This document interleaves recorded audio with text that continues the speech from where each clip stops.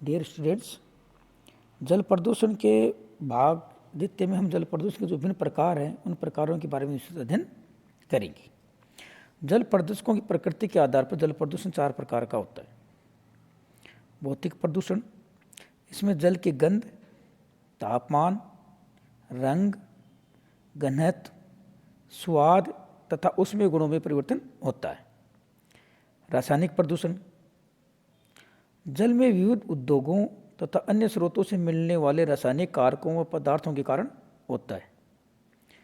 क्रियात्मक प्रदूषण, जल के गुणों में होने वाले उन परिवर्तनों के उपरांत होता है जो मानवीय क्रियाविधि पर हानिकारक रूप से प्रभाव डालते। जैव प्रदूषण, जैव प्रदूषण कुछ हानिकारक जलीय जीवों के कारण उत्पन्न होता है जो विभिन्न स्रोतों से जल में प्रवेश करते हैं। तत्पश्चात जीवाणुओं में बैक्टीरिया, कोलीफॉर्म, शैवाल तथा वायरस आदि प्रमुख हैं। सामान्य रूप से जल की गुणवत्ता संबंधी निर्धारण ऑक्सीजन तथा रासायनिक ऑक्सीजन की जैविक मांग, घुलित ऑक्सीजन तथा पेश मान के आधार पर किया जाता है। जल प्रदूषण का वर्गीकरण सामान्य रूप से जल स्रोतों के आधार पर किया जाता है जिनके गुण निम्न प्रकार से है। सतही जल प्रदूषण, भू सतह पर जल नदी, झील, तालाब, अन्य सूक्ष्म स्थानों पर मिलता है।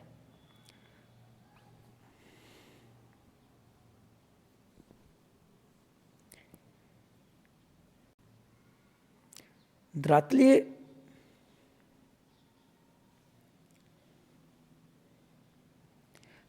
जल के स्रोतों में जल की प्राप्ति वर्षा तथा हिमद्रव्यता द्वारा होती है। वर्षा जल में विभिन्न आयन पाए जाते हैं। ये दूसरे जल स्रोतों में sodium, chlorine, calcium, sulphate, magnesium तथा पोटेशियम के आयन पाए जाते हैं। ये आयन प्राकृतिक स्रोतों द्वारा सागरीय जल से वायुमंडल में प्रवेश कर वर्षा जल के साथ पुनः धरातल पर प्रकट होते हैं। इनके अतिरिक्त सतही जल को सीसा, पारा, जस्ता, कैडमियम आदि तत्व भी प्रदूषित करते हैं।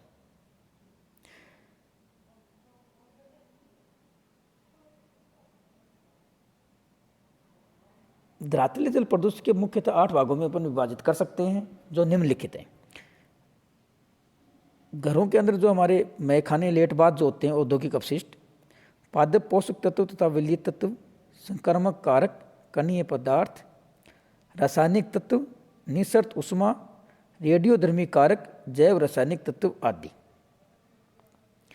विश्व में प्रत्येक क्षेत्र में तीव्र गति से बढ़ रही विभिन्न प्रकार की तकनीकियां, औद्योगिकरण तथा नगरीकरण के कारण प्रतिवर्ष 2500 रासायनिक शुद्ध परिवेश को विकृत कर रहे हैं, जिनके कारण सतही जल प्रदूषित हो रहा है। जिनका सामान्य प्रभाव तो दृष्टिगत हो ही रहा है, अतिशीघ्र विपरीत दूरगामी परिणाम भी सामने आने लग जाएंगे जो मानव जाति एवं जीव जंतुओं के अस्तित्व पर प्रश्न चिन्ह है। इसके साथ ही विश्व की तीव्र गति से बढ़ रही जनसंख्या के भरण पोषण हेतु अधिकाधिक खाद्यान्न उत्पन्न करने के प्रयास में कृषि में जो कीटाणुनाशी, रोगाणुनाशी उपयोग में लाए जा रहे हैं, अन्य कीटाणुनाशी रसायन भी धरातलीय जल को प्रदूषित कर रहे हैं। मानव के विभिन्न क्रियाकलापों के कारण नदियों के साथ झीलें भी प्रदूषित हो रही हैं। झीलों को मानव क्रियाकलापों ने अत्यधिक प्रभावित किया है। तीव्र वन विनाश के कारण अपरदन होने के कारण झीलों में अवसादन हो रहा है। धरातलीय प्रवाहों द्वारा अनेक अपशिष्ट झीलों में पहुंच जाते हैं। कृषि में उपयोग किए जाने के रासायनिक तत्व भी सतही प्रवाह द्वारा झीलों में प्रदूषित कर रहे हैं। साथ ही सीवेज शोधन संयंत्रों से बड़ी मात्रा में फास्फेट, नाइट्रेट तथा जैविक पदार्थ झीलों में डाला जाता है। कारखानों में भी अनेक विषाक्त रसायनों को झीलों में डाल दिया जाता है। इस प्रकार झीलों में ऐसे पोषक तत्वों की मात्रा बढ़ जाने से जलीय पौधों की मात्रा में अत्यधिक वृद्धि हो जाती है। झीलों की इस प्रक्रिया को सुपोषण कहते हैं। इसके विपरीत विषाक्त रसायनों की मात्रा बढ़ने से झीलों में जलीय जीवों की संख्या में तीव्र कमी आती है, जिससे पारिस्थितिकी असंतुलन उत्पन्न हो जाता है। झीलों के किनारे बसी विशाल नगरों से औद्योगिक विभिन्न बात में खाना से निस्संदन के कारण झीलों का जल अपनी गुणवत्ता खो रहा है।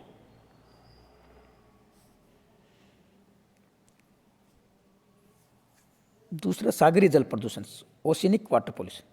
सागर तटीय क्षेत्रों में स्थित नगरों के द्वारा विसर्जित अपशिष्ट पदार्थों तथा इनके विकसित उद्योगों द्वारा अपशिष्ट पदार्थ संयुक्त रूप से प्रदूषण फैलाते हैं। इन विसर्जित पदार्थों में मैखाना विसर्जन, विषाक्त रासायनिक आदि प्रमुख हैं।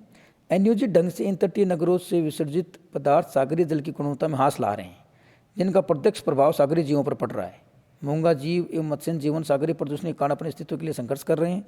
मानव अपने आर्थिक विकास और निजी स्वार्थ को ध्यान में रखकर इस समस्या को नज़रअंदाज कर रहा है, जिससे ये समस्या और विकराल रूप धारण करती जा रही है। यानी सागरों के किनारे पर जो विभिन्न प्रकार के नगर बसे हुए हैं और विभिन्न प्रकार के कल कारखाने हैं, इसके निकलने वाला जो अपशिष्ट पदार्थ है वो सीधे सागरों के अंदर आ रहा है। इसके अलावा नदियाँ जो प्रदूषण लेकर आ रही हैं, वो प्रदूषण भी किस में इकट्ठा हो रहा, आकर के सागरों में इकट्ठा हो रहा है। इससे सागर क्या हो रहे हैं, लगातार प्रदूषित हो रहे हैं। सागरीय परिवहन द्वारा भी प्रदूषण हो रहा है। विभिन्न प्रकार के तेल वाहक जहाज़ों से खनिज तेल के रिसाव के कारण सागरीय जल प्रदूषित हो रहा है। ओसन प्रतिवर्ष तेल वाहक जलयानों से 245 मिलियन गैलन खनिज तेल का सागरीय जल में रिसाव द्वारा मिश्रण हो रहा है।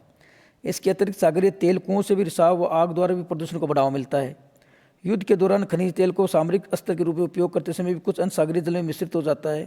कभी कभी तेल वाहक जहाज़ों के क्षतिग्रस्त होने से भी इस क्रिया को बल मिलता है। इस प्रकार सागरीय जल प्रदूषण से भी विकराल परिस्थिति के संकट उभर रहा है। उदाहरण तक 1950-60 के दशक में जापान तट के पास में पारायुक्त अपशिष्ट पदार्थ मिनामाता खाड़ी में पहुंचने से अनेक लोगों की मृत्यु हो गई थी। इसका प्रकोप इतना भीषण था कि इसका नाम भी मिनामाता रोग रख दिया गया है। मिनामाता रोग से रासायनिक प्रदूषण के फलस्वरूप समुद्र और नदियों में रहने वाली मछलियों में कई रोग होने लगे, तो मछलियों खाने से लोगों में मिनामाता रोग होने लगा।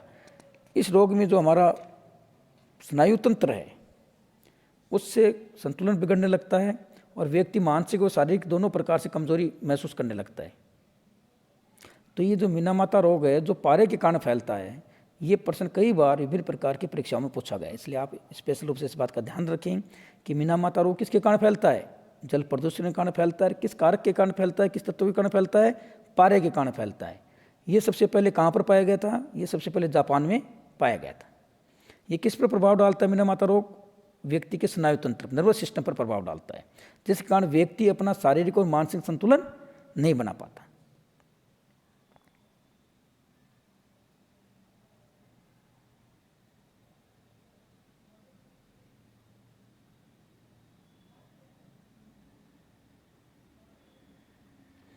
तो इस प्रकार से विभिन्न प्रकार के जो तेलीय जहाज़ हैं, तेलीय जहाज़ों के दुर्घटनाग्रस्त होने से विभिन्न प्रकार के युद्ध के समय भी जो तेल है उसको सामरिक महत्व के रूप में काम में लिया जाता है, जिससे काफ़ी नुकसान होता है।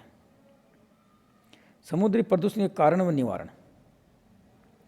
समुद्री जहाज़ों द्वारा जब कच्चे तेल का आगमन होता है तो समुद्र से रिसाव से समुद्र की सतह पर तेल फैल जाता है। समुद्र के किनारे पुलिन व चट्टानों तक तेल पहुंच जाता है। ऐसे तेल की चिकनाई प्राकृतिक रूप से नष्ट नहीं होती है, पितु ये सतह पर तैरकर हानि पहुंचाती रहती है।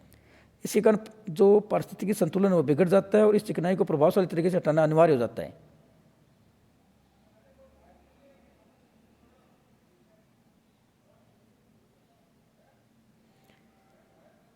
तो सबसे पहले कि जो जहाज़ों के कारण तेल समुद्र की सतह पर फैल जाता है उसको फैलते ही उसको हटा लेना चाहिए।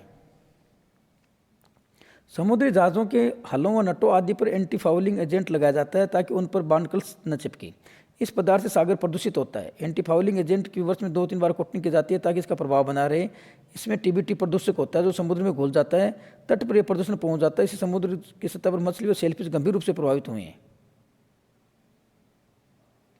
इसके निशान जब चट्टानों पर पड़ते हैं तो वहाँ भी देखा गया है कि निशान वाला स्थान वनस्पति विहीन अर्थात काईहीन हो जाता है।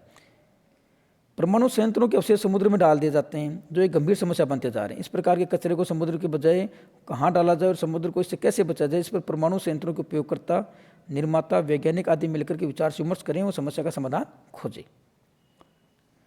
1960 के दशक में जापान के आसपास समुद्र में रेड टाइड का प्रभाव देखा गया। रेड टाइड का कारण सुपोषण से हुआ जल प्रदूषण है।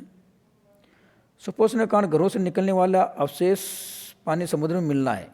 घरेलू अवशेष पानी में डिटर्जेंट, फूड स्क्रैप्स मिलकर पोषक तत्वों जैसे फास्फोरस और नाइट्रोजन पानी में घुलते हैं। इसके कारण पोषक तत्वों का प्राकृतिक संतुलन बिगड़ जाता है। ये प्रदूषण जल नदियों के द्वारा समुद्र तक पहुंच जाता है। घरेलू अपशिष्ट पानी को स्वच्छ बनाया जाना चाहिए। इसमें कुकिंग तेल से छुटकारा पाना एक जटिल समस्या है। इसे नालियों में नहीं डाला जाना चाहिए। बर्तनों को पहले किसी कपड़े, कागज आदि से पोंछ कर फिर साफ किया जाना चाहिए। निकासियों को भी सुधारा जा सकता है। स्टॉकिंग जैसी जालियों का उपयोग करना चाहिए जो खाद के छोटे छोटे कणों को रोक लेती है। कूड़े को पानी से अलग करने से पौष्टिक तत्वों से बचा जा सकता है। कारखानों का व्यर्थ पानी भी उपचारित करके साफ किया जाना चाहिए जिससे उसे प्रवाहित किया जाए। खाद्य पदार्थों में नाइट्रोजन और फास्फोरस की भारी मात्रा होती है। सबसे पहले फूड स्क्रैपों का अपशिष्ट बाहर से हटाया जाता है। एक दिन में जल की सीओडी की संख्या प्रति मिलियन 8 भाग कम हो जाती है। वाटर बलून्स में फास्फोरस व नाइट्रोजन के कारण पोषक तत्व जम जाते हैं, इससे पोटेशियम अन्य पोषक तत्वों के साथ मिलकर सुखाया जाता है। वाटर बलून में एक उर्वरक की तरह इस्तेमाल किया जाता है। पानी में पौधों की जड़ें एक नेट की तरह फैल जाती हैं और असंख्य सूक्ष्म जीव पैदा हो जाते हैं। ये सूक्ष्म जीव तेजी से पादप पल्लव हटाने लगते हैं। पानी में नाइट्रोजन और फास्फोरस पहले पादप पल्लव द्वारा घुल जाते हैं, जो सूक्ष्म जीव द्वारा खा लिया जाता है, जिन्हें छोटे छोटे कीट और सेलफिश खाते हैं। सूक्ष्म जीवों के मल पानी के कीड़ों में बदल जाते हैं और पौधों की जड़ों के आचारों चिपक जाते हैं। इस प्रकार पानी में फास्फोरस 30%, नाइट्रोजन लगभग 40% कम हो जाता है। भू प्रदूषण, ग्राउंड वाटर पोल्यूशन।